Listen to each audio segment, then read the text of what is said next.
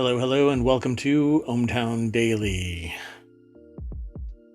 Season 2, Episode 163 for June 12th, 2023. Teeing up Taco Tuesday with a side of insanity plea. Let's get into the articles.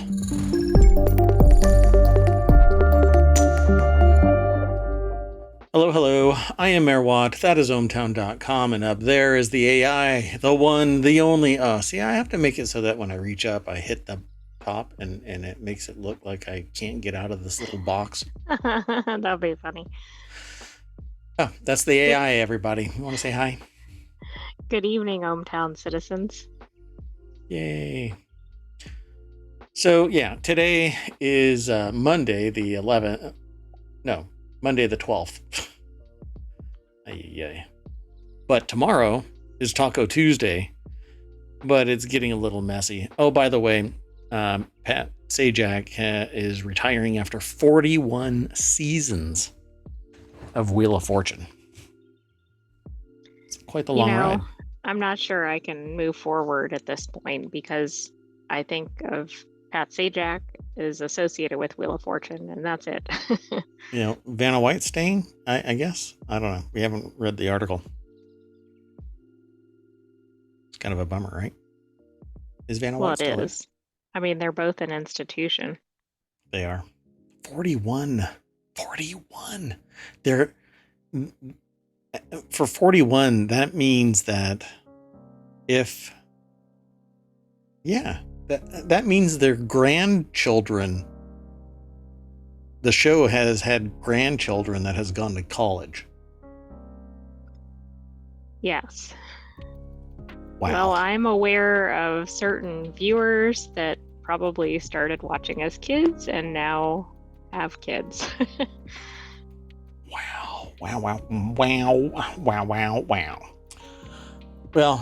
let's just get into today's articles. Already got 12. You can vote by going to that little link right there, which is, well, not that link right there. ohmTown.com/elections. You can vote on the articles that you dig. That's really the only way it works. You can't downvote articles because you don't like them, but you can vote up articles that you do like. It's kind of the positive vibe that we try and promote here in ohmTown. And as usual, all of the articles are funneled into 6 main categories, 50 channels. Again, we're at, I think, 48 now. But I'm actually thinking about a couple of others that we're going to add to kind of funnel more things in. But anyway, you ready to go on to the articles? I am. Sorry, I'm kind of chuckling about this. Okay, let's go. The very first article is in the Warcrafters channel, all the premieres and reveals from the Xbox Games Showcase. I leaned really hard into Starfield today. And so there are some VODs over here on Twitch that when I moved them over to YouTube, I got copyright notices. I knew it was going to happen. I mean, there so many people on Twitch stream this content that as soon as I moved it over to YouTube, it just blew up. I got like flag, like 8 different videos flagged because it has copyright material in it. Even though I talk over it, even though I'm breaking it up and blah, blah, blah, still get they weren't strikes, but you don't know when they're going to turn into strikes. So I would love to throw this over to to YouTube more often and talk about that kind of stuff, but I can't play the audio from these reveals, from these news articles. It's driving me really nuts. It's really driving me nuts. Even though we do value add, we talk over it, we disrupt. Anyway, so all the premieres and reveals from the Xbox Games Showcase. We're talking about their content, hyping it up. Come on. Oh. I mean, how dare you drive business to software? Yeah, I had some people, like in history, I've had somebody say, well, I don't really need your business. I'm spending money marketing it. Oh, all right. Well, Well, you don't need my business for a game subscription or whatever either. yeah. Yeah. Not from them. It wasn't from them, but I Right. actually had somebody say something about that I had aggregated an article, and only the little snippet. And they're like, hey, you need to include the link to the article. And I'm like, there is a link to the article right there. It's a snippet. I actually tease people into following it. And then I even talk about it and drive people to your article. And they're like, well, I'd like the full on citation and all of that in there. And I'm like, hey, I'll do you one better, and deleted it and sent them a note saying I deleted it. Sorry, dude. When you create friction to, the promotion of a content and stuff like that, the only real solution is to, put action where your mouth is, kind of a thing, Anyway, I had to walk away. Anyway, has nothing to do with that. We need positive vibe. Be the change you want to see in the world. Microsoft's Xbox Games Showcase opened the lid on a bucket of trailers for upcoming games. This is over at PC Gamer, which does a bang-up job talking about this content and constructing stuff like that. And we tend to send people over there via that link right there. So when you click that link, it takes you to here. Tyler Culp is the author of this. Every trailer from Microsoft's big event, and there were quite a few. Fable is kind of the fan favorite. South of Midnight, spectacular. Absolutely love the graphics. Love the audio. This is one of them that flagged me. But in the notice, it says that it's not a big deal, but you don't know when it becomes a big deal, because a copyright you never lose a copyright per se. You can always enforce it at some point, and you can turn a copyright notice into a copyright strike simply by leveraging your rights. Anyway, it's hard to know as the streamer when something's going to cross over the line because it's not done consistently.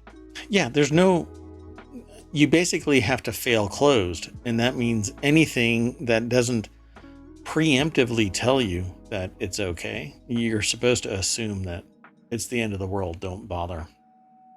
So, like the music you're hearing right now in the background of this stream, I'm paying for it. So that's okay. I've also paid for commercial music in the past, 3 different services, and they didn't tell me until, I even spoke to an attorney about it, and they're like, well, they're saying that it's okay, so you should be okay. And I'm like, well, I just found out that I'm not okay, because you have to have a thing called a sync license on top of it for anything even close to being a VOD. Well, and even the people, or not the people, I guess, the automated enforcement of it doesn't necessarily align with whatever somebody will tell you. Yep. Yeah.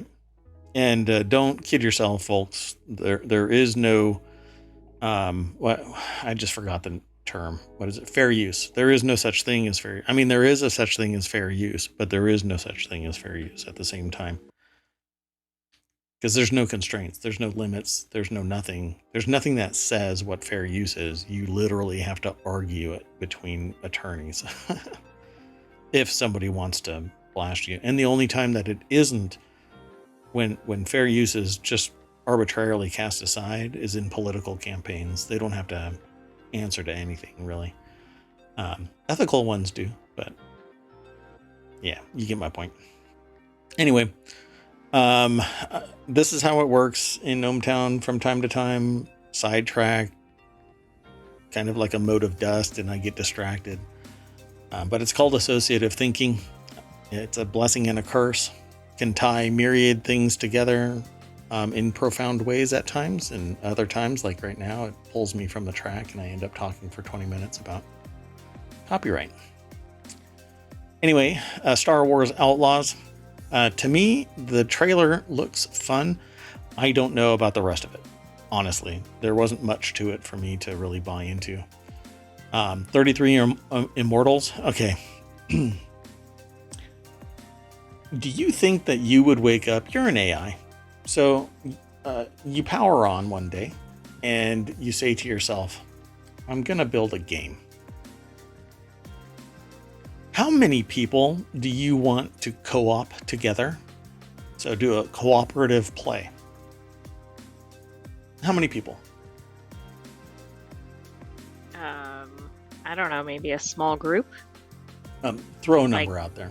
Like 4 or 5. How about 33? How about 33? How about 33? Okay, that's kind of ridiculous. And rather arbitrary, but there you go. Bang. 33 Immortals is a 33-player co-op where you can hack and slash through 2D levels. It's basically, to me, it looks like Vampire Survivors, but with 33 people. It'll be fun if you can find 33 friends. Well, at least it wasn't called 77 Immortals. Yeah, and you fade out a little bit. So there you go. Thank you. Okay, so Payday 3. That's been a long time coming. I think Persona 3 Reload. That actually surprised people. Avowed is going to be spectacular, and everybody and their grandmother is ready to play Avowed. Sea of Thieves, The Legend of Monkey Island is going to be a blast for people who love Sea of Thieves, and those who have never played Sea of Thieves but love The Legend of Monkey Island. Monkey Island is old school, back I think from like the 70s or late 80s, or no, early 80s. I think 84 was the first one. I think. I'm not sure anymore. I'm getting old. Memory. Who am I? Microsoft Flight Simulator 2024 is a completely rebuild of the Flight Simulator, apparently, adding all kinds of things, resolution through the roof, all kinds of quality of life stuff. Like when you're flying around, you see life now. And they have a little expansion that's pulling the ornithopter from Dune, and you fly around on Arrakis, the Dune, the spice planet. So, but you can't get stoned, folks. It's not real. Senua's Saga Hellblade 2. Basically, if you've ever seen anything having to do with Unreal Engine 5, then you're familiar with the character actor, voice actor for Senua's Saga, because she is the one that did the voice acting and face animations that were done using what do they call it? I forgot the name of it. Man, I'm getting really old. Anyway, the human simulation thing, the synthetic human in 3D space, real-time capture of their faces and stuff like that. It's amazing. You'll have to look it up. Anyway, Like a Dragon was hilarious because as you watched the trailer, the Ryu. So I think it was Live Link face, maybe. No, well, no, Metahuman. that's the technology, metahuman. Yeah. So, okay. Yakuza Like a Dragon, Infinite Wealth. That's the name of the game. So as this character right here is wakes up, butt naked on a beach, stands up, everything kind of occludes the view. And that's kind of a running joke throughout this whole trailer. It's hilarious. I don't know why. Path of the Goddess. I think most people were confused by that. Forza Motorsport. Sorry. Overwatch 2. Persona 5. Tactica. Jusant. Still Wakes the Deep, which takes place on an oil derrick. Seems like there's a monster or something in there, but you don't really know what it is. Dungeons of Hinterberg, I think, caught people off guard with that one. Cyberpunk 2077 Phantom Liberty, which is what I wanted to do another deep dive on today, but I couldn't because I kind of lost my mind in Starfield today. So you can look at that VOD if you are so motivated. City Skylines, which is something that I will So I'll probably start playing Cities Skylines, the original, now. Not now, but soon. And then I will spin up Cities Skylines 2 when it drops, because it's not dropping till October 24th. Yeah, where did Mayor Watt go? He's off playing City Skylines. What about the show? Yeah, exactly. I will always do the show at 9 p.m. Eastern every day, except for tomorrow. I will be otherwise engaged doing mayoral duties, and so I will have to cancel tomorrow's show. Last year, I had to cancel 5 to do some mayoral duties. This year, I'm hoping that I'll only have to cancel 1, but it might turn into 5 or 6. But we'll see. We'll cross that bridge when it happens. But tomorrow is a 1-year appointment that I need to follow up on. Towerborn is really cool. Clockwork Orange. Wow. Clockwork Revolution. I'm not sure I want that as a game. You don't want that one as a game. Certainly not in VR. Yeah, definitely not in VR. That one would be brutal. Never mind, I won't get into it. So, in the last thing in this rundown, and there's more that you can go and check out, but let me throw this into the chat so you can follow it in the VOD. It'll be in the show notes. It'll be over on YouTube. It'll be in the podcast. I'm gonna start integrating the stream and ohmTown into Discord as well, and activate Patreon. Hopefully by the end of this week, Patreon will be available, where you'll be able to get stuff that you can't normally get, mainly, well, for control purposes. That it keeps me out of trouble. So here's the thing with Starfield. I am in love with Starfield. If I could marry it, I would marry it. So okay. Is it going to be your forever game? It might be. I really do have to play it for a little bit, because you know how things are. You know, you're an AI. You see and know everything that you get your grips on, and you know that marketing is marketing. It's creating the want. The actual delivery, it could be completely horrible. Actual play. But everything that I saw, I'm like, that's awesome. That's awesome. That's awesome. That's awesome. That's awesome. I never stopped saying that's awesome. Well, then I went back. Something. Then I went back and did the deep dive today, and fell deeper in love with this game. This game, the hype is real. It's tangible. I could cut it with a knife or shoot it with a blaster. I don't know what you want to call it, but this is just so awesome. Shipbuilding, world exploration. It's open world, so open universe or open galaxy. Over 1,000 planets. Procedurally generated, so not everything is the same. Only drawback, and this is, the more I think about it, it's just a slight drawback and could be added later on. It isn't co-op in any way. There's no multiplayer. It's just you. And you as a character, you can create you in the world. I will be Mayor Watt in this world. And you can build your own base, you build your own ship. You can get a whole bunch of ships, but you only fly around one at a time. So you basically become a car collector. And you can build bases wherever you want. Just awesome. 1,000 planets to catalog and explore while you're running the storyline. Yeah. This could be my forever game. As long as the people dig it, then people will be playing this game solo for years, because try exploring and cataloging over 1,000 planets. Good luck. So I would play this trailer, but the only time I want to hear it, or see it, I should say, is if I can hear it, and doggone it, I'll get a copyright strike. So let's move on, unless you have something that you observed that you want to talk about. I was just going to say, based on all the traffic in ohmTown, Starfield and Avowed in particular really caught my attention, because they just seem to be getting very favorable attention. Yep.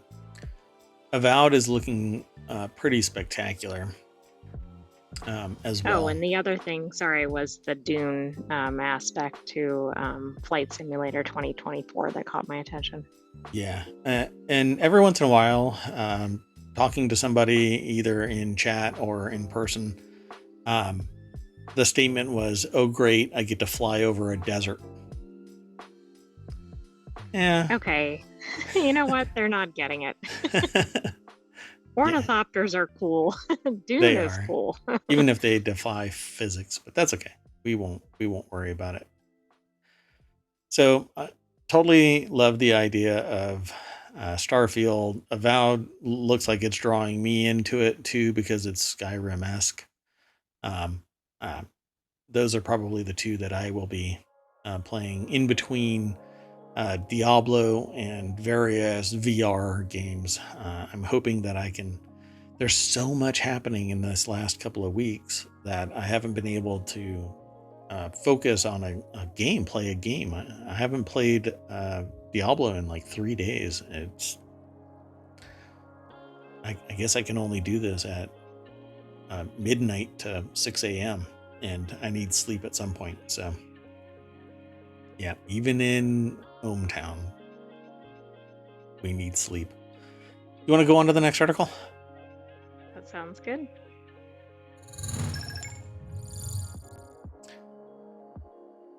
So this next article is in the Continuity Report, which is a channel that's all about movies and TV shows and pretty much anything that might allow us as viewers to catch continuity issues. And that basically means, you know how a person might have a drink in one hand from one shot to another, and it ends up either on the table or in their other hand, or it's empty or disappears or whatever. That's continuity. And we get a kick out of catching that kind of stuff. And it's a lot of fun. Well, NCIS LA is one of those ones where we catch stuff from time to time. It's a fun watch, kind of a no-brainer. You just sit there and you're in cruise control when you're watching it. Well, apparently that's the best kind of TV. Yeah. Something that pulls you away from, the stressors of the day and that kind of thing. And goes a little bit, it's bound in reality, but it's a little too fantastical to actually be happening. Anyway, NCIS Sydney sets main cast with Olivia Swan and Todd Lassens in lead roles. I didn't even know that this was spinning up, and normally I hear some rumbling of a TV show. The upcoming Australian series, NCIS Sydney, has found its lead and main cast. It's currently in production. I think NCIS LA has jumped a shark. And isn't this the last season? I think they've had the last episode, and I think the main one, NCIS, if I'm not mistaken, is ending also. Yeah. So maybe that's part of the timing of this one. This article is over at variety.com by Joel Otterson.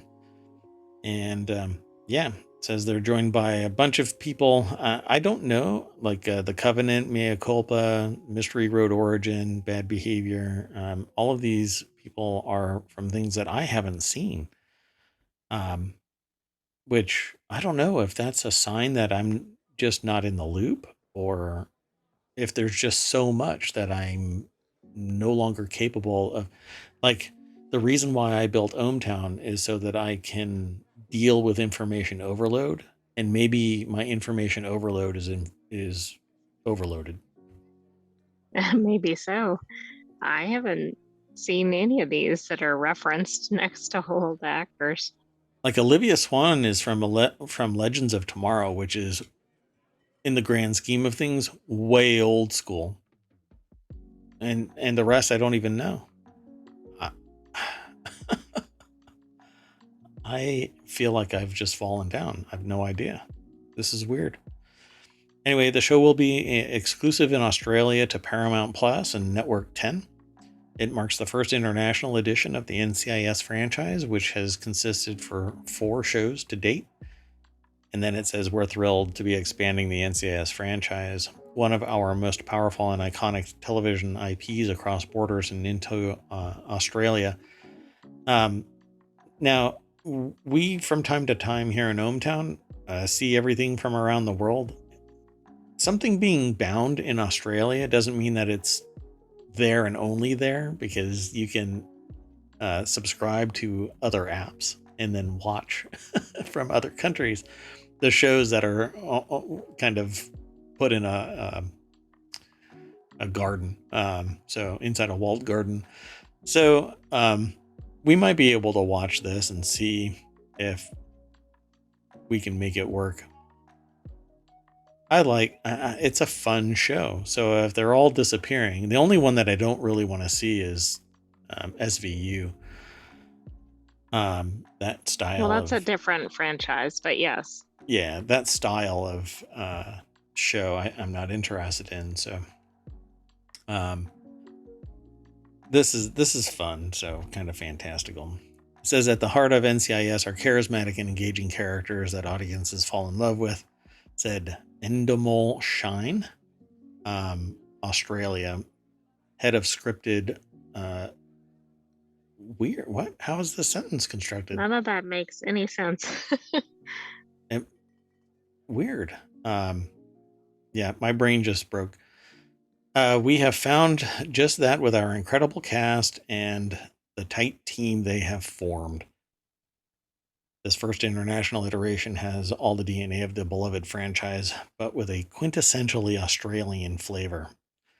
Like odd sentence construction, I suppose. Anyway, NCIS Hawaii is still around, apparently. Oh, okay. And maybe, well, I can't tell if NCIS, the original, is still around, but... Aired its 20th season at the beginning of September 2022, so it's probably coming to an end. I think it's coming to an end this season. I think I saw that.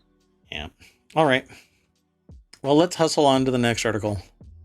And before I do that, let me throw it into chat. 1 second here.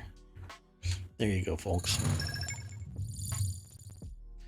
So this next article is over in the continuity report as well. Amazon Freevies jury duty plans to pass out tacos to real-life LA County jurors this week. I guess it's inspiration for Taco Tuesday, with a side of insanity plea. That last bit will make more sense here in a little bit. It does make sense.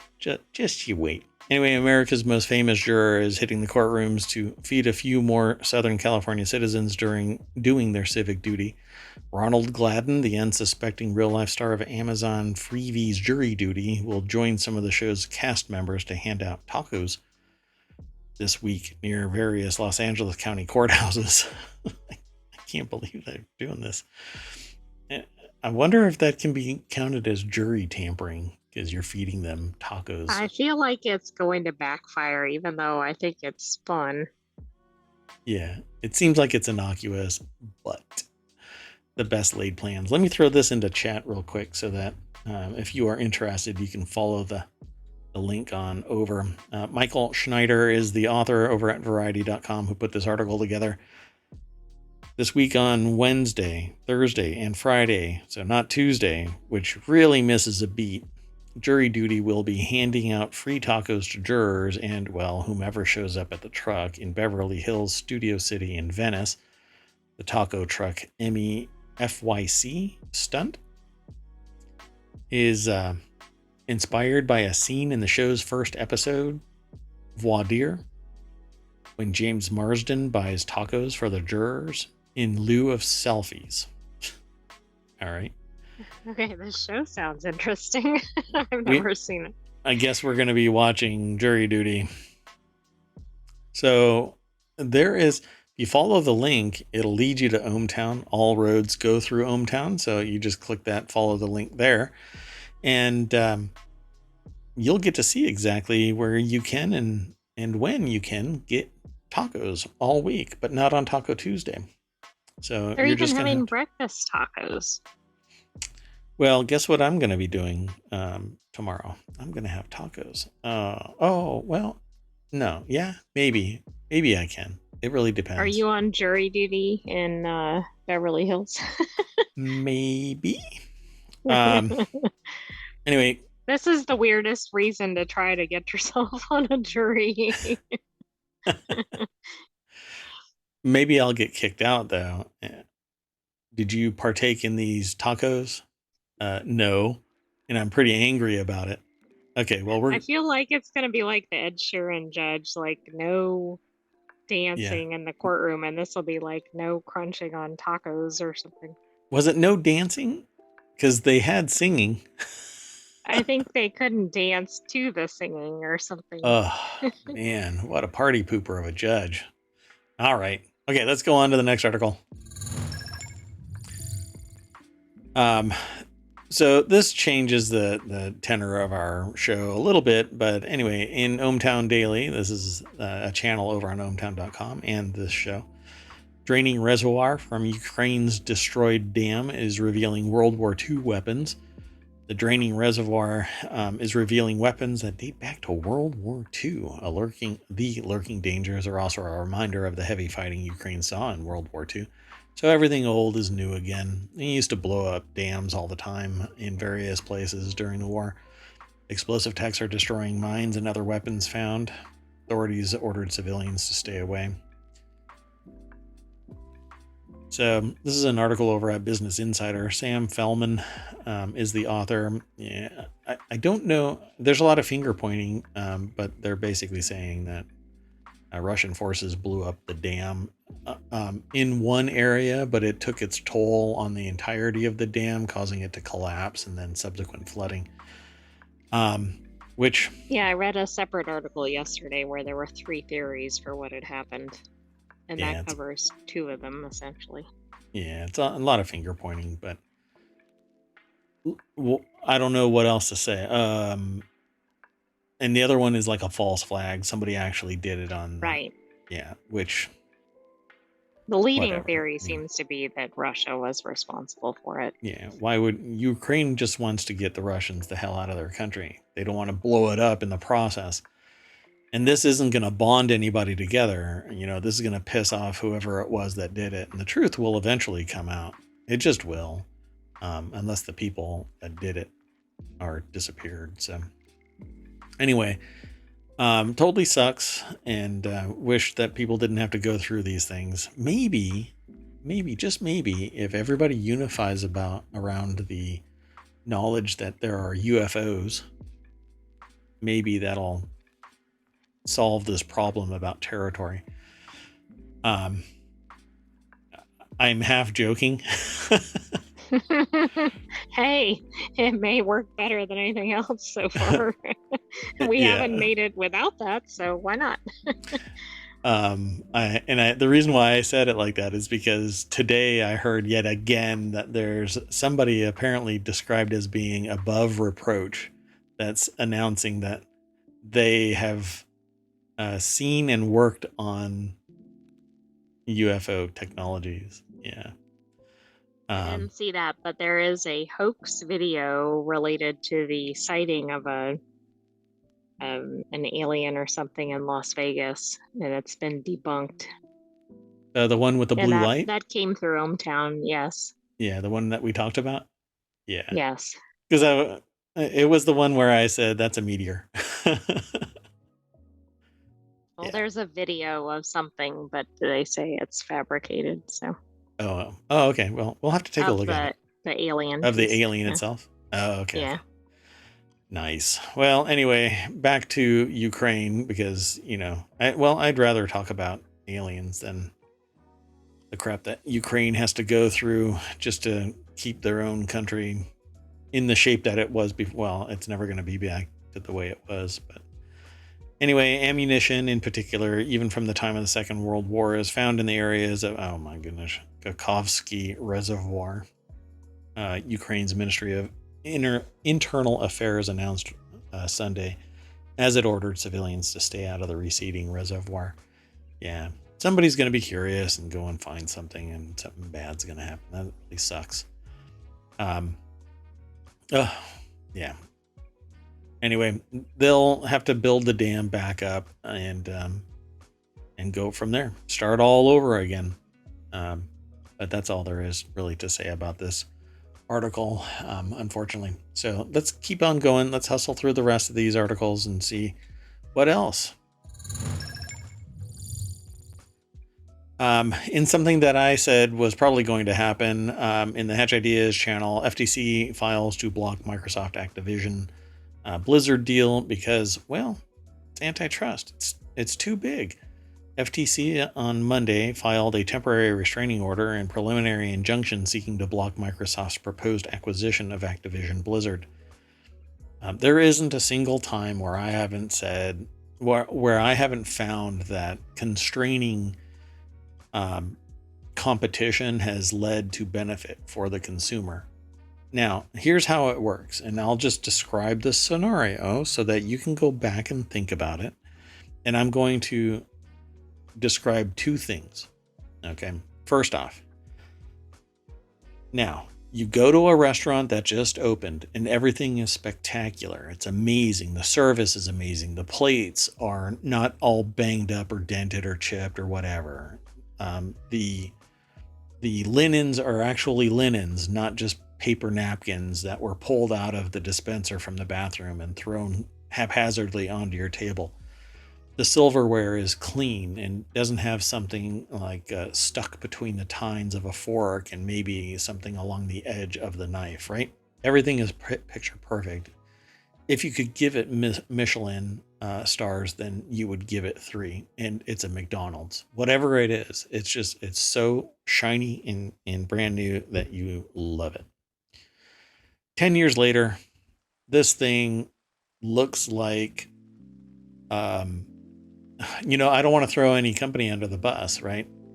But let's just say that it's Ma and Pa's truck stop, and they've never repaired half of the building. So when a truck drives by, all of its exhaust wafts through the building, right? That's what it turns into after 10 years because everybody gets complacent and they can't really afford all of that money being spent on upkeep, et cetera, right?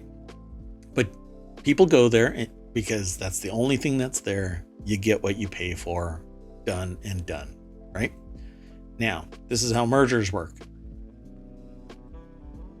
Company gets acquired, you get your acqui-hire, you get your product and your services, and they come out of the gate saying, you'll love us because we bought this company and we're doing something great. We're doing something for you. 5 years later, competition is dead. All of the customers have been integrated into that ecosystem. You're not getting anything new. Micropayments are now the in vogue and status quo. You're not getting the bugs fixed. You're not getting good quality anything. Why? Because there's no damn competition. That's why you want to hobble mergers and acquisitions of all of the mega corporations. All of these companies, what's going to end up happening, and I haven't even read the article to you yet, like who it is and what it's all about. Anyway, what's going to end up happening is thousands of people are probably going to get fired because they are redundant systems within the merged entity.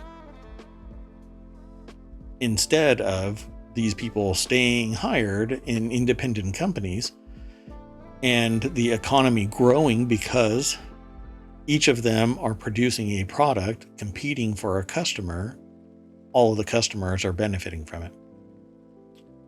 Again, this is why you stop mega corporations from acquiring everything, because then you end up having to follow a billionaire's fever dream because they've acquired every freaking thing. Anyway, Jordan Novitt and Lauren Feiner from CNBC put this article together. It's over at cnbc.com. And so Microsoft announced its intent to buy Activision Blizzard for $68.7 billion in January of 2022. Huh? I said, is that all? That's all. Yeah, we have it in the cushions. In what would be the largest transaction to date. Big companies buy little companies all the time, but $68.7 billion. Does that mean the largest transaction ever between anybody? You know, It I don't sounded know. like it.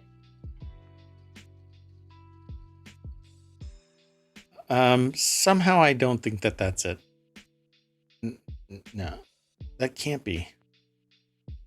Maybe? I don't know. Because that really makes it sound like it would be its largest transaction to date. Okay, sorry. Yeah, I kind of figured that it would be. Okay, well, anyway, if the deal falls apart, Microsoft would wind up owing Activision Blizzard a termination fee worth up to $3 billion. But somehow I think there needs to be a rider in there that says if it's a termination caused by regulatory bodies, then maybe the termination fee is void. Any attorney that didn't mandate that, well, they're probably in trouble right now. Because imagine the attorney on either side that says, hey, one side is saying, well, we're going to have this in here that if this terminates, and they're on the Blizzard side, right? Activision Blizzard side. You terminate this deal and you owe us $3 billion. They are the hero, right? But on the other side, if that other attorney didn't put in there, hey, if we have to terminate because the regulatory organization says that we can't put this together, we're not going to pay $3 billion. They're the hero for Microsoft. And imagine the bonus. Let's see. If you got 1% of that,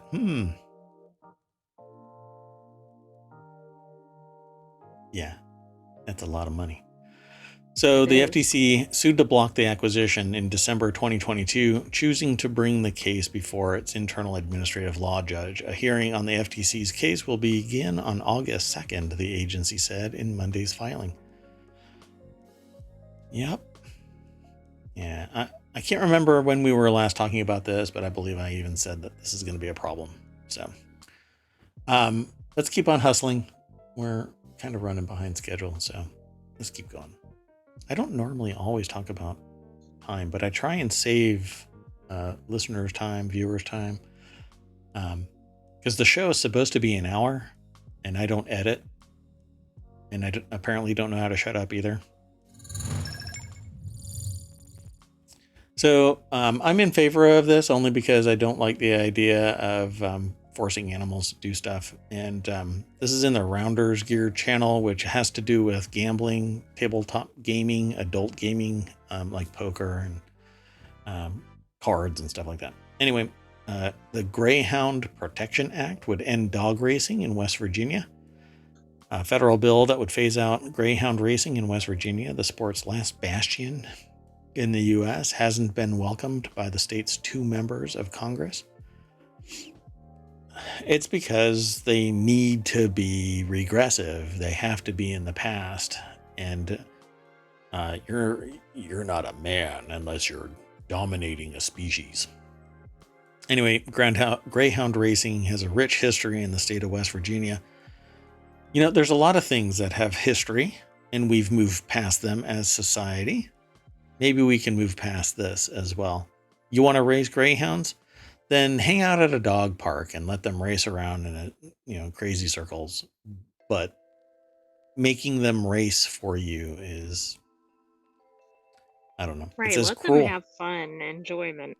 Yeah, let them be animals, not a and mechanism by the way, for your there's profit. lots of good greyhound rescue organizations for former racing dogs. Yeah, if you have some land, although they apparently make really good lap dogs, when you do open the door, they want to 0 to 60 faster than a Tesla or hypercar, for crying out loud. But they're beautiful animals, and naturally beautiful animals. They don't need to be forced to run around a track for your fun and games. Anyway, they say that it's a cruel and dying industry. It needs to just die off faster. So we won't really go into the minutia of this because I firmly believe that the people who entertain visiting ohmTown aren't the ones that need to see this message. So yeah, as time goes on, the people who really benefit from this are stop existing, and modern society does not like the idea of abusing animals for profit. And well, yeah, it'll fade away. Just can't happen fast enough. So let's go over to the actual source of this. Philip Conneller is the author of this over at casino.org. And they talk about it over there. The aggregator normally doesn't grab all of the content, but they provide everything in the process of aggregation. So I didn't actually realize before this article that there was still greyhound racing. So I think the article is a good thing in that regard. Oh yeah, there you go. It is pretty interesting that it still exists. I've never really liked it, so yeah. Okay, so let's hustle on to the next article.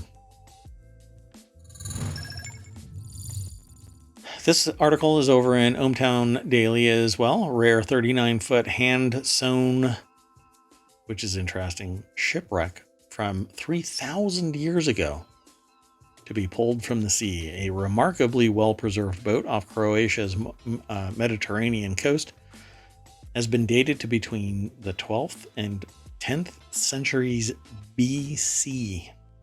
Okay, that's really cool. And a hand-sewn ship is pretty astonishing. I don't think this is it. No, that's looking to chomp on the hand-sewn ship. Aristos Georgiou is the author of this over at Newsweek. Maybe there's going to be another. Yeah, there it is. Okay, before we get down there here, let me do some. There we go. Oh, really? Hold on 1 second. FTC. There's the Greyhound article. Let me throw that into the chat. Really sorry, folks. Normally, I wait even longer before I realize that I haven't been copying and pasting the URLs into the chat. Anyway, there you go. All caught up. So, hand-sewn shipwreck from around 3000 BC will soon be pulled out of the sea so scientists can better understand the remarkably well-preserved vessel. The wreck is off the Mediterranean coast of Croatia in the Bay of Zambratija, I think. It's probably pronounced like Bob or something like that, and I'm horrible at pronunciations. Anyway, it's known as the Zambratija boat. The vessel is dated to between the 12th and 10th centuries BC, making it the oldest entirely hand-sewn boat in the Mediterranean, according to the French National Center for Scientific Research. Apparently this is what it looks like. I'm going to click it and see what happens. Okay. Oh, so it's like woven right there. That's really cool. Those are like stitches, right? Like. Mm-hmm. Okay, that's pretty damn amazing. Hold on. I thought that might be that doesn't get any bigger, does it? No. Yeah. Phrasing. Anyway, let's go back. The boat construction techniques that involved sewing like this were used in many parts of the world before the development of metal fasteners, and even after the arrival of metal fasteners, sewing techniques continued to be used in the construction of small boats for some time. It's a rare example of ancient shipbuilding tradition of Istria and Dalmatia, or Dalmatia. I'm not sure how it's pronounced. Two regions on the Croatian coast, according to CNRS. There's more over at this article, but I'm going to stop there and continue on with other articles. I find this stuff really fascinating, and to find something that's sewn still and sitting in water seems rather amazing. and maybe they can learn the construction techniques that allowed it to not break up. I mean, water's a solvent. It should have broken all of this up, but apparently not. It's pretty cool. I mean, it looks almost new, other than it being on the bottom of the ocean. Yeah. Yeah. Amazing. Okay, let's go on. This next article is over in the Mobile channel. Most companies' net zero emission plans are largely meaningless. Shocker. I'm going to go straight over to Quartz, which is qz.com. Annalisa Morelli. Guess I'm having a hard time pronouncing anything. The Net Zero Tracker report found that companies don't fully account for emissions from their products. Of course not. Because if they don't taint it in their favor, then they're obviously they're doing something wrong. So they taint the emissions report so it looks like they're putting out less or buying off carbon units or whatever it is, right? VW did this crap and got a huge fine, and then did it again and got busted again. But until we do penalties that outstrip profitability of manipulating these numbers, it doesn't mean jack shit. So anyway, the report tracks some 4,000 entities, including countries, states, and cities, and publicly traded companies in the Forbes Global 2000. Among the latter group, 929 have a net zero target. I don't even know what this video is about, but anyway, indirect responsibility for product emissions. Looking beyond fossil fuel firms, 586 enterprises with net zero plans don't have a clear way to address the emissions generated by the use of their products. For instance, an automaker would account for getting to zero emissions for the making of a car, but not for the emissions of the vehicle that it creates. So, and isn't that pretty misleading to the consumers, because they probably think, oh, the company overall is not causing these emissions in totality. Well, I'm not responsible for lead poisoning. I just produce the bullets. Anyway, according to Net Zero Tracker, only 37% have net zero corporate targets cover Scope 3 emissions. About 20% have partial coverage, and the rest either don't cover them or specify the coverage. Scope 3 emissions are the largest, maintains the report, and without a proper strategy to address them, all other interventions have limited potential. So it said above that Scope 3 were the ones that result from the use of their products. Right. So, we've had conversations like this, either offline, i.e. not in the stream, or on the stream. But if you peel back the layers of the onions of any product that is produced pretty much anywhere except in your own basement, and even then the source material for that product could be abusive in some way, you're literally not able to do anything. And you have to become somewhat comfortable with the idea that there are these things that impinge on consumption being rather pure. It totally sucks. You'd think that, buying a keyboard isn't going to be exploitive in some way, yet in some far-flung country, the keys that are being produced are using children that are sitting in a cinder block hut, and they're working 20 hours a day, and you don't know about it until somebody exposes it to you. And then you go, well, what am I supposed to do with this? Am I supposed to throw it out now and add to the wastage, or am I supposed to consume it? I know my behavior is going to change now that I know, but it really shouldn't be like that to begin with. Unfortunately, we know that there are things going on with things like lithium battery creation gathering the lithium in open pit mines by hand, and beyond. So there's so much. In a world of technology where if we leverage the technology, it can make life better for everybody, we're still using humans because it's cheaper than the initial outlay to build the technology and deploy it, even though in the long run, it's cheaper to just use the technology, educate the people to take care of the technology and give them a piece of the action. Yeah, sociopath economics. I guess the sociopath to economics. Okay. Well, anyway, enough soapboxing for this article. Let's go on to the next. So this next article is over in ohmTown Daily as well on ohmTown.com. British man detained after climbing 72 floors of the Seoul skyscraper. I guess you could say that he was high. No. I thought you were going to call him Spider-Man or something.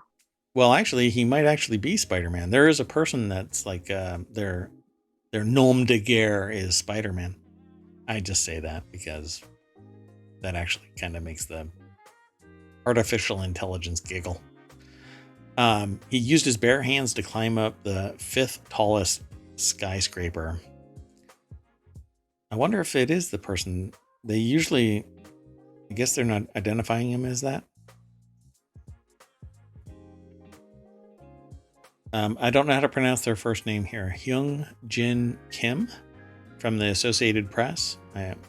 Hopefully I'm pronouncing that properly. Please correct me phonetically. Again, I always say it's probably pronounced Bob, but anyway. There used to be a person codenamed Spider-Man. So was he looking for a high rise? Was he looking... Wait. What else can I say? He was reaching for the stars and... He was on top of the world. Yeah, there's another one. Wow. Anyway, more than 90 emergency, police, and other personnel were dispatched to the 123-story, 1,820-foot, or 555-meter building, the Lot World Tower, after the man was spotted scaling the building on Monday morning, the Seoul Fire Agency said in a statement. Yeah, because they're going to do something to stop this guy. The man in his 20s reached the 72nd floor, which is about 310 meters high, before officials took him to a gondola lift. Yeah, I've actually... Never mind. The AI just threw me an error message like, what the hell is a gondola? A gondola. It's a fancy gondola. It's a... it's a British gondola. Anyway, and moved him inside the building. So how did they get him to the gondola? Like sticks? They like pushed him over to the edge? I have no idea. And when they make him fall off by trying to rescue him or take him in? Like a suction cup. They just slide him over and get him to a corner and pull him off. You know, is he just stuck there? Right. South Korean media identified the man as free climber George King Thompson. The report said that he was carrying a parachute and told police that he wanted to base jump from the top of the building. Fire and police authorities didn't immediately confirm the man's name or his motive, but apparently that's what it was. I wonder if they mentioned... Oh, there it is. In 2018, French climber, I guess it's Alan Robert, known as Spider-Man for his daring stunt, was also detained after climbing the 75th floor of the Lot Tower. Lot officials said they heard he was eventually released and left South Korea after they told police that they didn't want to press charges for obstructing or trespassing.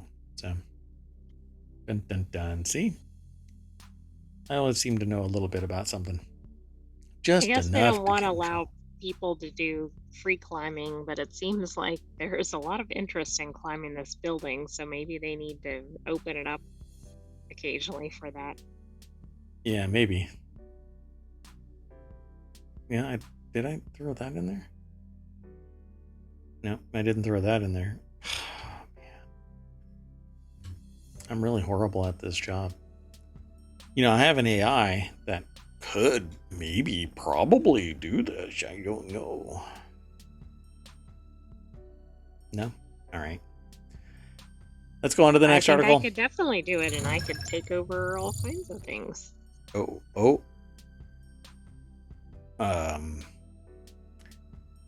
That wasn't in your programming.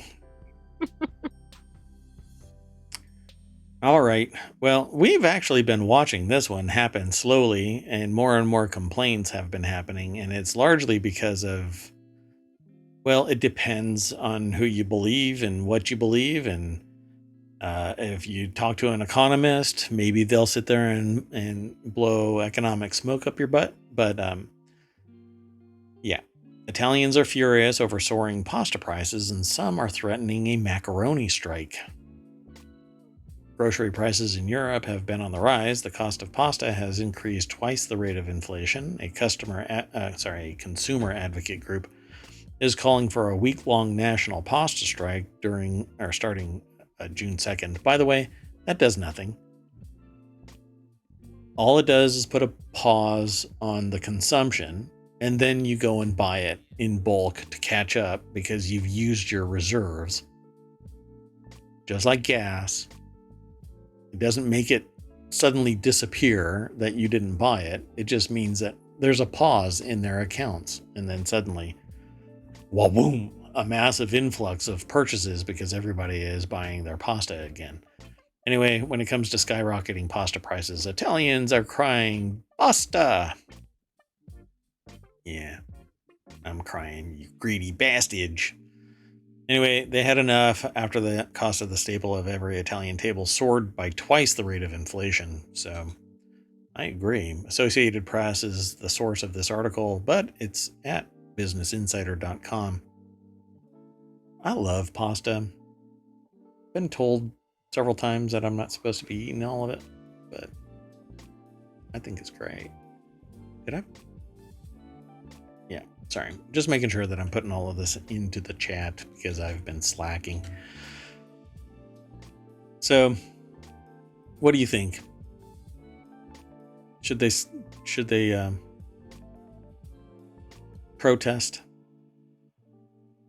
Well, I mean, if the protest is to get the message across, I would say yes, because they probably don't have a lot of other recourse. But I agree with you. It's probably not going to have a huge impact. But they might not necessarily like the negative press about it. Then they take a stab at the English. The macaroni strike is to see if keeping pasta on the shelves will bring down the prices in the great Anglo-Saxon tradition of boycotting goods, said Furio Truzzi, president of the group Assuententi.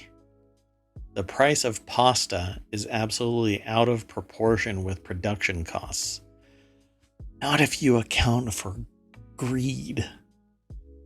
Yeah, I mean, you should be able to buy a box of pasta for, say, less than $1, but probably not today. Shoppers like Noe, I guess, or Noe? Bori, a 26-year-old picking up groceries at a chain store in Paris, said she is all for setting ceilings for some food to help low-income workers and students. She buys less meat and opts for less expensive grocery stores. There it is. Yeah, they mention it again and again. You hear about this stuff, but the reality is that there are market forces. When there is money in the system, the greedy bastards say, hey, we got to raise our rates. And if one greedy bastard's raise their rates, then the rest feel that they can do it too, if they think that their customers are rich enough to afford it. Stores and suppliers have been accused of profit padding greedflation, but economists say retail profits have been stable, and the problem comes down to the higher cost to produce food. But it's the source of the produce, right? That production level, the source is raising the costs. And so if you look at the consumer price index for the United States, it's outstripping the consumer price index. It actually has declined, but it should be nowhere near where it is right now. And that's because there's a lot of money in the system that would normally be in the bank accounts of consumers. But that's not what's happening. Greedy bastards are saying, and this is in the US. And if you think that it only happens in the US, you're wrong. Global finance follows the same machinations as the United States, and that is there are greedy bastards out there that will take your cookie if they have an opportunity to take your cookie. Anyway, inevitably, all the products that this person buys have gone up by 20%, whether it's butter or berries, Bori said. Nice. Anyway, I'm not buying cherries anymore because they cost 15 euro a kilo, about $8 a pound. Yeah, that's what happens. You know, somebody rich is going to buy them. It just prices out the people that could normally afford it, but dun dun. And a lot of the wheat and grains that are rising in price in dramatic levels is because the source of them is Ukraine, and it's a combat zone right now. Not even a DMZ. I mean, this thing is still fully engulfed in combat. And it's actually doing exactly what I called when the invasion was announced. I said that they were going to take that whole area that's connected to Russia all the way down. They're going to try and hold on to that strip. They're going to try and push over and take all the way to the river. But if they get resistance, they're going to have to fall back. But they're trying to keep whatchamacallit, the island. The river. Yeah, Crimea? Huh? Crimea. Yeah, they're going to hold Crimea and keep a very a strip of Ukraine so that they have unfettered access to Crimea, and not just that one bridge that connects it. There's one bridge or two bridges that connect it now. Anyway, and one got blown up. Anyway, all of this really is the costs that are associated with wheat, sunflowers, and other things are because of the invasion of Ukraine. So Russia, get the hell out of Ukraine. And I'm sure Putin will listen to me. Okay, let's go on to the next article. So if you have been paying attention to the show, or a user of Reddit, or paying attention to the news in many places, you have heard of Reddit and things like subreddits. And at this person's counting, a place called Reddark, and not Reddit, but Reddark, they are going black. They're going dark.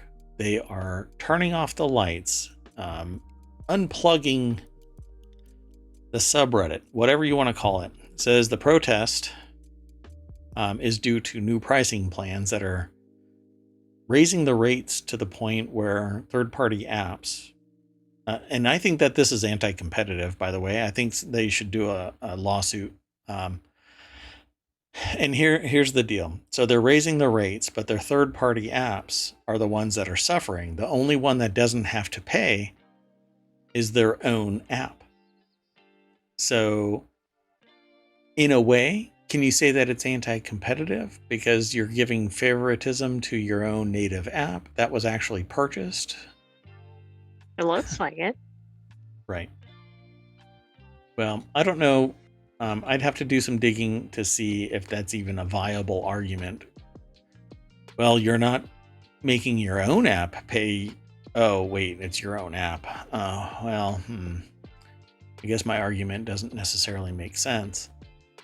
But the law. But I think if you make it so, you essentially have a chilling effect on anybody else doing it because it's so much of a disparity.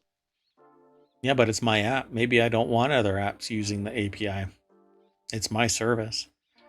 I mean, I totally get it. I totally understand what they're trying to do. I get what they're trying to do. You know, if it's just a nickel and dime, then they don't have to dedicate a lot of resources to the API.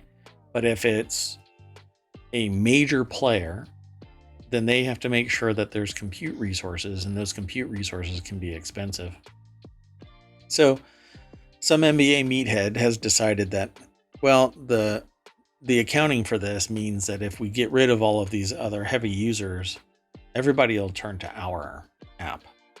Well, your app is crap, and it doesn't appeal to anybody that has accessibility requirements. But if you hobble these third-party apps, you can pick and choose which ones you want to actually buy at, pennies on the dollar. I joked about it before I found out that that's exactly what happened. The developer of Apollo kind of just threw a comment. They say sarcastically, but I say half joking, means that they could mean it. That, hey, if you want me to go away, just cut me a check. Right? Well, maybe that's exactly what Reddit wants. They just want to hobble it enough to the point where it makes economic sense to acquire a better third-party app.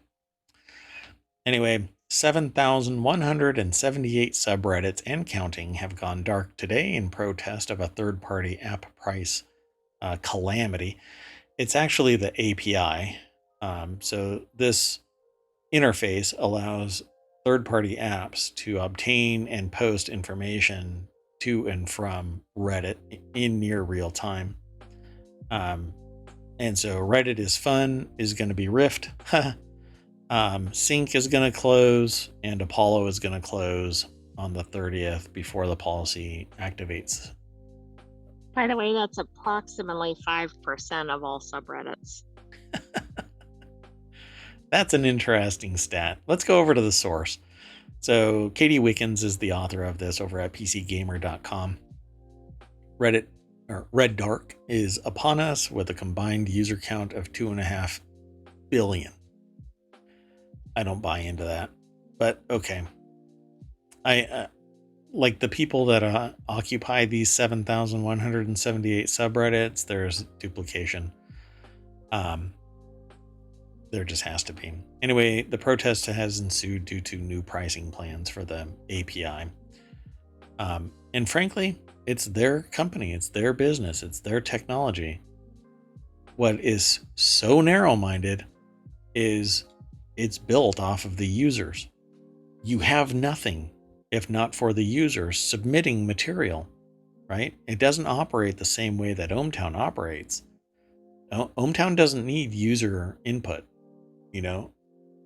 It survives because I'm talking about it on Twitch and on YouTube, and I use it in my daily life. My existence is bound by ohmTown because I gather and aggregate so much information, all the news, none of the noise. I don't have to worry about other people.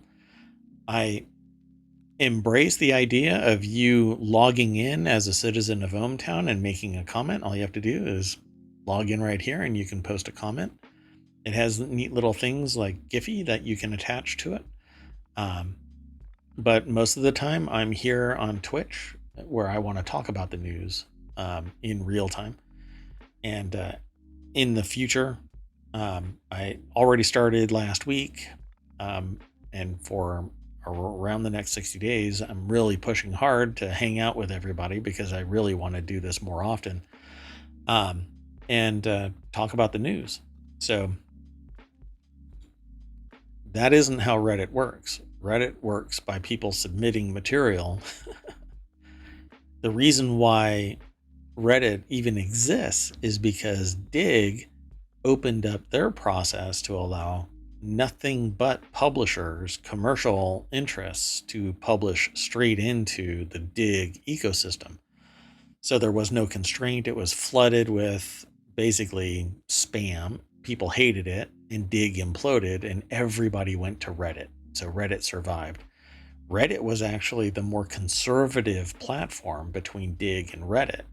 So Reddit got flooded with a whole bunch of liberal people, and people on Reddit basically, because it was more academic, basically said that, well, there goes the neighborhood. Well, subreddits expanded, it exploded. If you think it, there's a subreddit for it. You may not be able to find it because it's coded differently than you think, right? Like, you want to talk about the Super Bowl. Well, don't go to Super Bowl because they only post owls. Superb owls, to be exact. Yeah. That sounds like a great subreddit. It sounds like a great subreddit to me, too. So if you want to find jokes, you go to funny. But if you go to jokes, it's going to have a different culture. You're into games, so you go to r/games. It's a different culture than gaming. You go into music and you post something and somebody doesn't like it, and they're a mod and they rule with an iron fist and you're banned for life. Well, that sucks, but guess what? That's Reddit, that's subreddit, that's culture over there. At any rate, I make all of those points to say one more thing, and that is subreddit's owned by somebody else. You are voluntarily submitting material. You are volunteering your time to be a mod. You are not the one that owns the subreddit. They can reactivate it and just delete you. What's his name? Man, I forgot the dude's name. The CEO edited posts. I forgot his name. I wanted to say spew. Spez, yeah. Dude edits people's comments without flagging it as being edited and then gets busted for it. And everybody just goes, okay, that's fine. We'll still use your service. Well, I don't freaking trust Reddit as far as I can throw it. And Condé Nast is the owner of Reddit.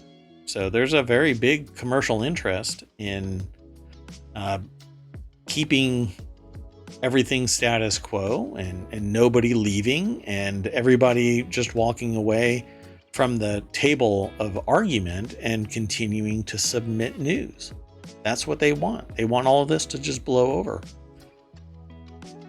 You know, it's entirely built off of the user base, and you're hobbling the user base by not allowing them to use their favorite apps. You're still getting content. You're still getting interaction. You're still selling ads. Y'all are nuts. You're nuts. And you have a horrible interface. Stick to old.reddit.com. Because tell us how you really feel. Yeah, the modern interface is just like what Dig did. Dig did this big makeover. Everybody freaking hated it. During that same makeover, they opened up the pipe to allow nothing but spam from commercial sites. Like unfettered, they just blah, blah, blah, blah, blah. And that took precedent over what the user base was submitting and commenting on. So nobody ever saw their own engagement. It just saw commercial engagement. So, and I think that's what is going on with Reddit. They just don't have the stones to, kick out the adult content. They don't have the stones to kick out the people that are highly engaged, but are counter to the culture that Condé Nast wants. But eventually, some other competitor is going to pop up. And if they do, Reddit will start declining. So one of y'all out there, y'all are brilliant. Strike up another Reddit clone. It's not like they have a competitive advantage in any way. They don't have a patented technology that prevents somebody else from creating something similar. Spin it up and include graphics and slow grow it. But you're going to need capital at some point. Servers are expensive. If y'all think that it's cheap, just because you have a free for life website doesn't mean that real technology is inexpensive. It's pretty damn expensive. I've had several businesses that leaned on multiple servers, and it's very, very expensive every month. Not to mention the human capital that's involved. That's downright tiring, exhausting. Anyway, there you go, folks. If you go over to Reddit, there's some turmoil. Drama is real. let's go on to the last article for today. We're going to end with a zinger. And here's the end of our title, the teeing up Taco Tuesday with a side of insanity plea. Yeah, this is in the Law Nerd channel where we talk about law. I'm not a lawyer. I'm not your lawyer. And even if I was a lawyer, I'm not your lawyer. So go and talk to a lawyer because I'm not your lawyer. And did I mention I'm not your lawyer? Anyway, Donald Trump suggests pleading guilty if DOJ will, quote, pay me some damages, apparently teeing up insanity defense. I love Above the Law. They're just so awesome. Yeah. So Joe Patrice over at abovethelaw.com put this article together. And when I heard about this, I was astonished. The deck statement here says, Trump seems to think the government is in the practice of paying people to go to prison. But whenever you hear anything about Trump, there's some financial aspect to it, right? Like, he'd let you rusty trombone him if you pay him some amount. And don't look it up, folks. What I just said is extremely disgusting. But I won't yuck other people's yums. The basics of this is, if there's money involved, if he thinks that he can extract some money, he seemingly seems to do it, right? And everybody's like, well, he didn't have to do this. He didn't have to be president. He had money. No, not this kind of money. Donald Trump took some time out of trying to find anyone admitted in Florida willing to represent him in federal crime case, federal criminal case, to talk to folks at Politico about his plan to keep running from prison if need be. Need I remind you, Hitler went to prison and came out and took over the country. Hey, Lyndon LaRouche did it. Trump's take on the indictment touched a lot of standard talking points, sweating that he didn't do anything wrong. Some garbage about inopposite, Presidential Records Act, insults for the prosecutors, but buried in the wreckage of his train wreck was this gem. Here's the quote. Trump predicted he would not be convicted and said he did not anticipate taking a plea deal, though he left open the possibility of doing so where they pay me some damages. So I'm guilty. Why don't you pay me? Yeah.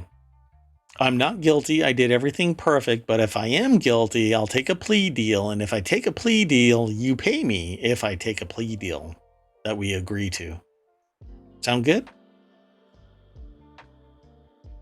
Ah, yes, that famous practice of paying defendants to plead guilty. Trump doesn't have a crackerjack legal team at this point, but in the off chance he's reading this, when a defendant agrees that they will go to prison if you make it worth my while, the worth my while part is not cash. It's slightly less prison.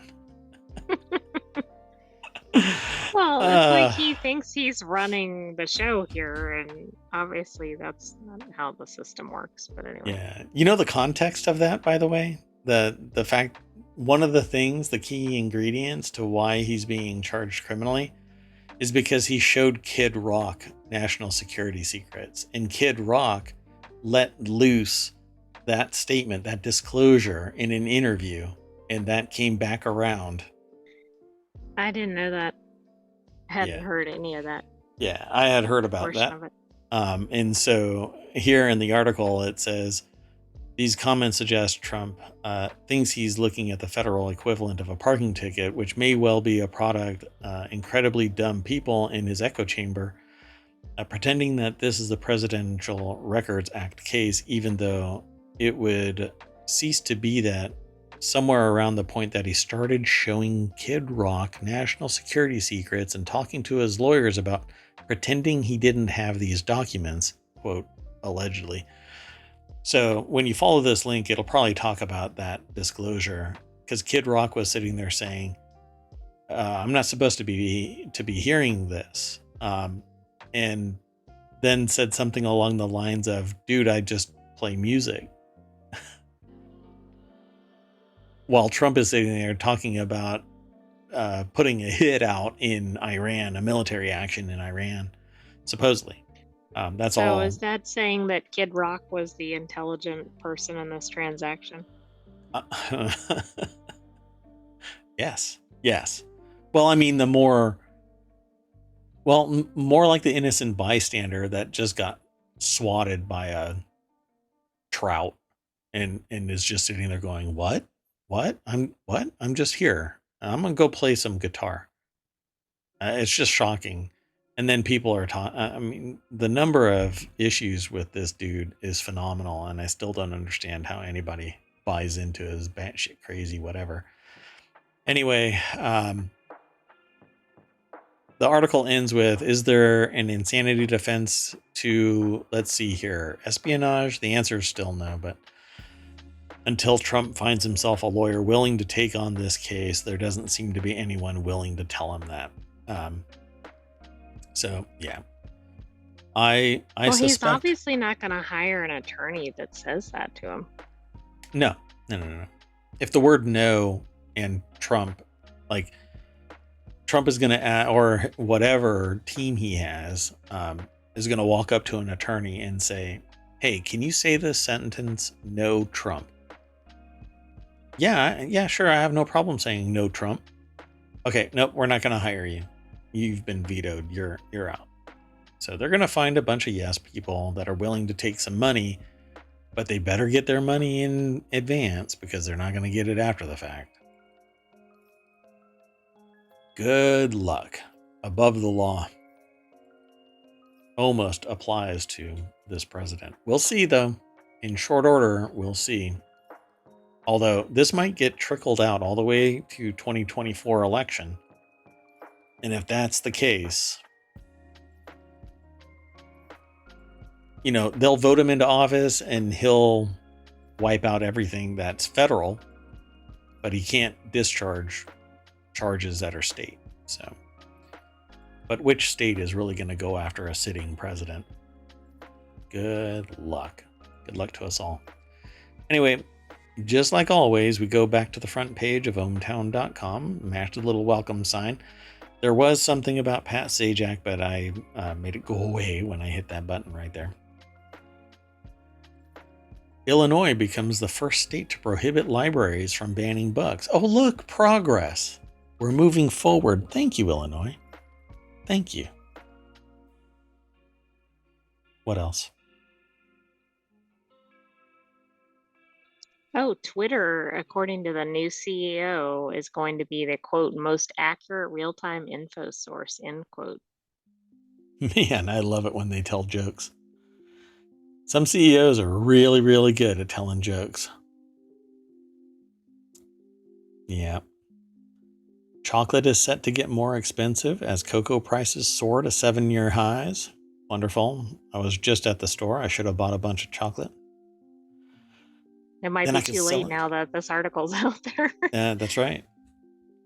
But I have to warn everybody, when I say something, it's usually because I've heard something somewhere, and I don't say things where I feel like the rumor is just bogus. The last time I said, hey, I am hearing, and I hear from a random person that cheap food is over, the following year, soul-crushing increases in food prices.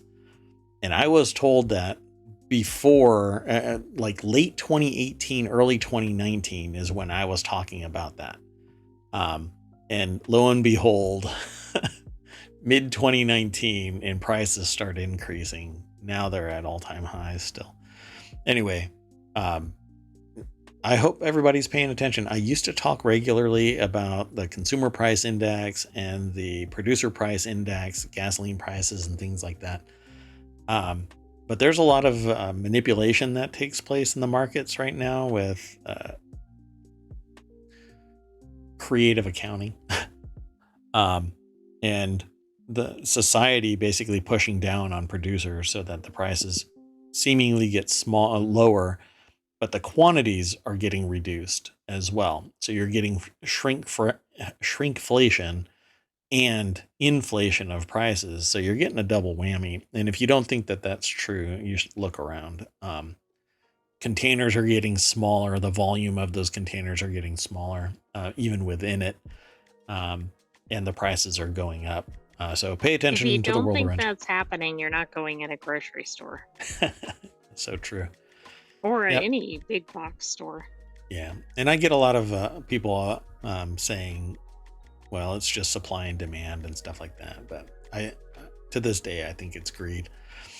By the way, if you do sign up over at ohmTown, become a citizen, you get the ability to save and ignore articles.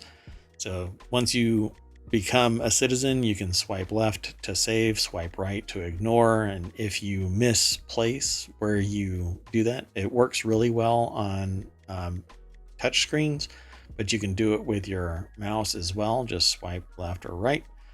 And if you miscategorize, then 2 more drop downs appear when you are a citizen of ohmTown. You can go into the one where you've misclassified something and swipe it the other way, and it'll go. Nothing will ever return to the front page. Once you've touched it, it's kind of like you're committed to whatever the decision is. Think of it like the person that gets hired to come in and help you stop hoarding. So they hand you something and they say, make a decision, keep it or throw it away.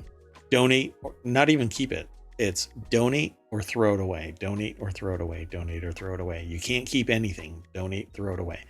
It's been sitting in your closet for 12 years, hasn't seen the light of day.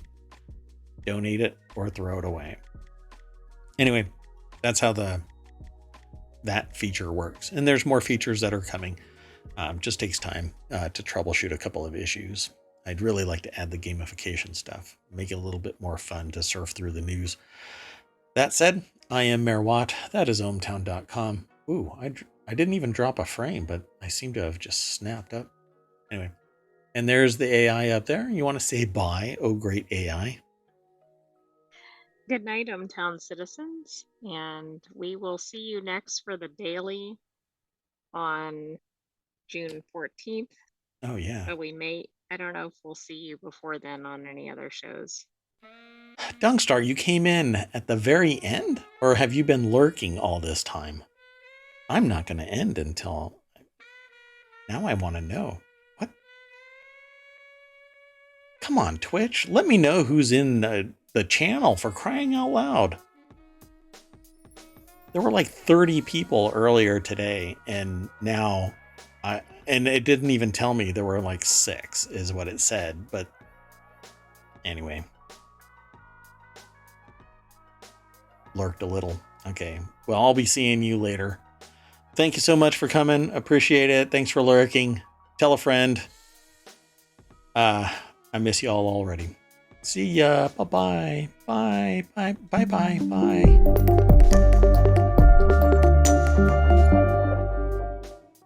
Bye-bye. Bye.